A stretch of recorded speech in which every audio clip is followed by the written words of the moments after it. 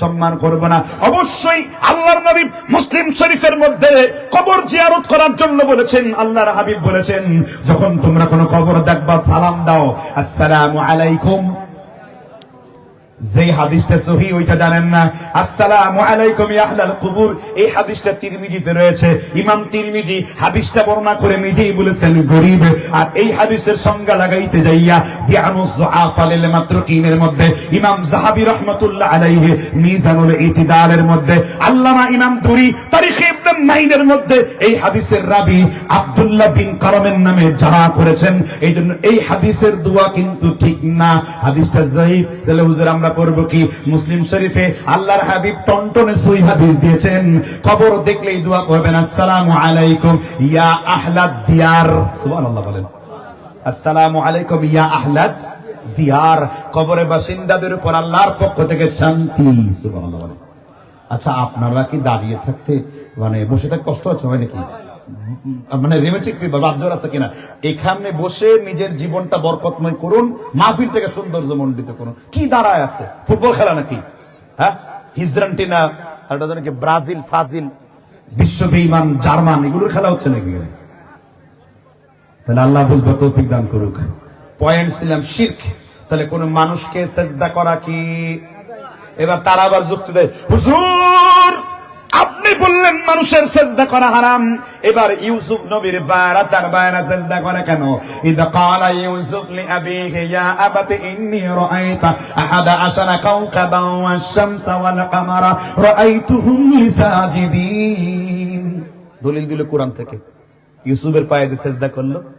আমি বলবো, ইউসুফ নবীর পায়ে যদি সিজদা করার বিধান তুমি খুঁজতে যাও, তোমার নিজের বোনকে তুমি বিয়ে করবে, কারণ ওই যুগে নিজের বোনকে বিয়ে করা হারাম, হালাল ছিল একটা পর্যন্ত।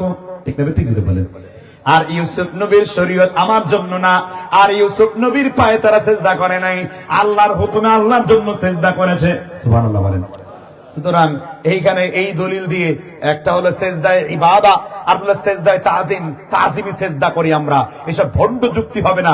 যদি তুমি বলে থাকো আমি হানাফি, তো হানাফি মাযহাবের ফতোয়া হলো ইমাম আযম আবু হানিফা সহ কুফার সমস্ত আলেমরা একমতে ফতোয়া শামিতে আল্লামা আবিদিন শামি আহসানুল ফতওয়াতে ইমদাদুল মুফতিহিনে আবকাত মাসআলা ওরুন কাহানে দরসে তিরমিজিতে তাকি উসমানী সহকারে ফতোয়া প্রদান করেছেন, কোন মানুষকে সিজদা করা শিরক, শিরক আকবরের গুনাহ। কাজেই কোথায় সিজদা করবেন? ঠিক না? ঠিক। আবার এদেশের কিছু রাজনীতিক নেতারা ফুল চন্দন দিয়ে মুশরিক হয়ে যায়, মূর্তি পূজারী হয়ে যায়। হাদিস বলবো কিনা?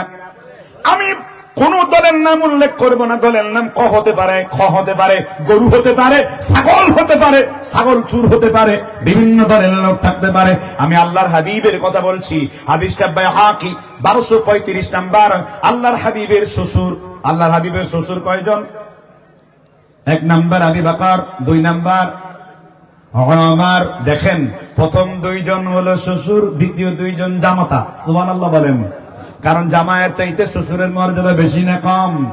এইজন্য আবু বকর সম্মানিত, ওমর সম্মানিত। সুবহানাল্লাহ বলেন। আল্লাহর হাবিবের 5ম নাম্বার স্ত্রীর স্বামী, তিনি হলেন আমিরে মুয়াবিয়ার পিতা। কি নাম তার? আবু সুফিয়ান। নাম শুনেন নাই? আল্লাহর নবীর স্ত্রী উম্মে হাবিবাকে আল্লাহর নবী বিয়ে করে নিয়ে এসেছেন।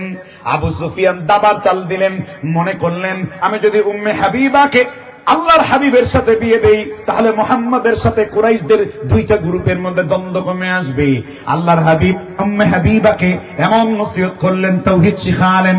এবার কাফেরদের সাথে মনোমালিন্য হয়ে আবু সুফিয়ান তার গৃহের মধ্যে এসেছে। এবার উম্মে হাবিবাকে বললেন, মা আমাকে একটু সুযোগ করে দাও, আমি তোমার বাড়িতে ঘুমাবো। এবার উম্মে হাবিবা বললেন, যেই ঘরের আল্লাহর নবী তাশরীফ এনেছেন, যেই বিছানায় আল্লাহর হাবিবের জন্য প্রযোজ্য, আমি কোনো নাপাক মুশরিককে আমার ঘরে আমি বসতে দেব না। কারণ কি জন্য নাপাক? কারণ তুমি আল্লাহর নবীর দিন গ্রহণ না করে তুমি লাত উজ্জা দেবীর মূর্তি পূজা করেছো। সুতরাং তুমি বাবা হতে পারো, কিন্তু আল্লাহর হাবিবের চাইতে মর্যাদাবান কেউ নাই। সুতরাং আমার ঘরে বসার তোমার মতো মুশরিকের যোগ্যতা নাই। আবু সুফিয়ান চিন্তা করলাম, আমার কন্যা এত বড় কথা বললো, কিছু দূরে যাওয়ার পরেই আল্লাহর হাবিবের কাছে খবর পৌঁছে দিল আবু সুফিয়ান ইসলাম ধর্ম গ্রহণ করে ফেলেছে।